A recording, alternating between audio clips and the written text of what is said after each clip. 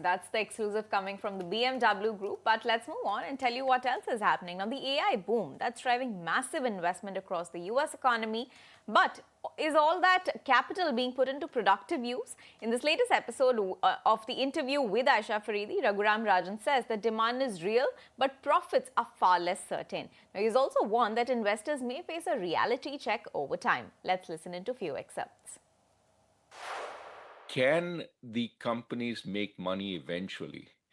And the answer there is, the investments that are huge are going into the hope that the company gets a monopoly in AI. Google gets a monopoly, or OpenAI gets a monopoly, OpenAI and its various partners, or Meta. But in fact, when you look at the progress so far, it's been leapfrogging. Each one leapfrogs the other, but nobody has a permanent sort of better product which is going to capture the whole market. And if that's the case, they're going to be very competitive in trying to get. I mean, I was in India recently, and you see Google ads all over the place. You see ChatGPT starting to advertise. So everybody's trying for that market, which means it will be a competitive market, which means where's the money to sort of pay for all the investment you've made, maybe over a long period of time, but it's going to take time to do that. And the third is consumers have taken to this stuff. I mean, that's the nature of the Google ads in India, telling consumers use Gemini. But there is the third aspect, which is when our business is going to use it more. And right now, surveys suggest most businesses are exploring, trying to see where they can use it. But when I deal with a chatbot to try and help me with my customer service in the US, it's a frustrating experience. So I don't know that they've got it yet. They will eventually, but that requires bringing the data to bear, updating the AI based on the data, getting the customer experience much better than where it is. That's going to take time. So my sense is a lot of this investment is being made, hoping for profits, hoping for quick uptake, and I think we will see some reassessment of that over time. You saw when Larry Ellison's company Oracle declared not so great earnings.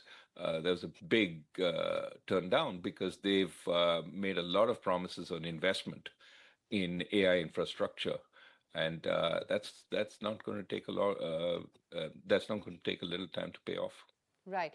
But the larger concern is whether all this investment could eventually go to waste. Would that be catastrophic then? It will not go to waste. The question is, will it make money for the investors?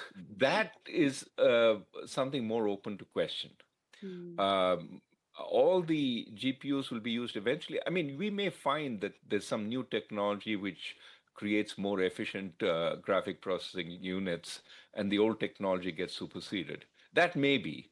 But typically, these chips get passed down. So what was used in the US could be utilized elsewhere, and so on. Some of that may happen, but at this point, I don't think there are.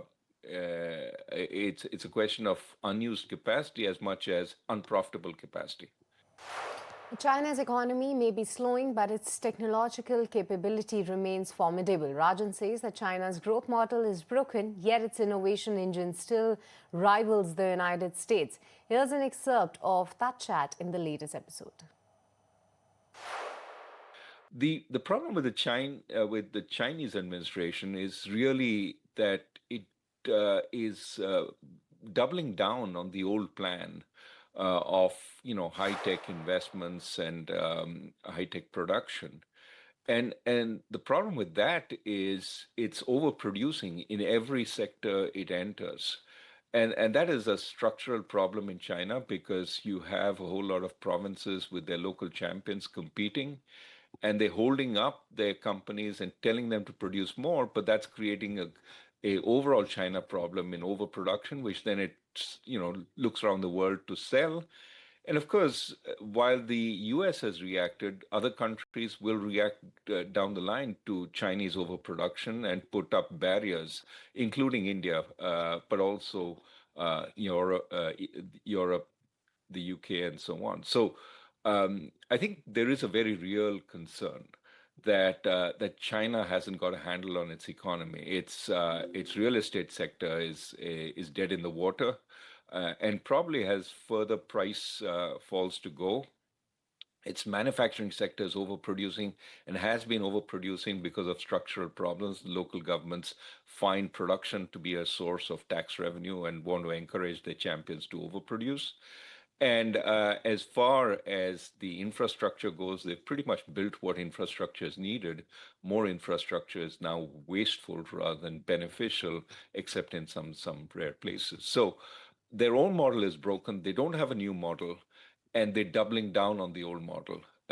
Ideally, they would, encourage more domestic consumption.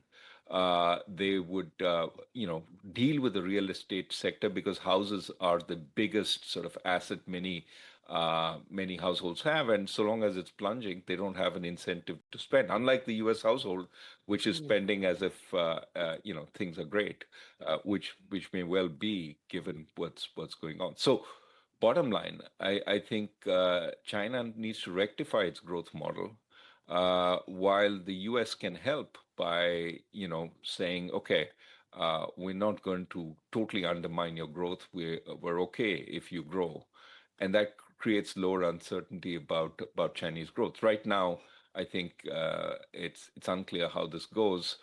Certainly, China has to fix its growth model sooner rather than later for the world's benefit. Right. But if we isolate China's deep tech rally or deep seek rally, which has been among the best performers this year, do you think that story is under a cloud then? No, I think some Chinese companies are jewels. Their Chinese innovation, Chinese work ethic. I mean, all those are incredible, and I think it's showing. I mean, China is not. In many areas, China is making advances. We saw the DeepSeek movement, but it's emblematic of deeper technological progress, including, for example, the belief was in chip making machines like the ones that ASML produces, which are very, very high technology. China would be stymied because it wouldn't be able to buy the latest machines, but they able to engineer the old machines to do better by adding on to them. That's a level of technological sophistication which I think is suggestive that China is way up there. And that's true of many fields. And a lesson India should take from China: focus on your universities, on your technological capabilities, improve the quality of your universities, improve the quality of your graduates, and encourage industry to do more R&D, to do more innovation, because that's where the future lies. And so long as we're sort of sitting back and watching the world go by, we'll fall further and further behind. This is an arms race, and we need to enter it sooner rather than later. But I think that China has good companies, has good engineers, and those are showing up in stock prices. It's also focused much more on the applications of AI, unlike the US, which is focused more on the foundational models right now. But China is showing the way in some areas, and I think that's reflected in valuations. But broadly, they need to get their act together on the economic front.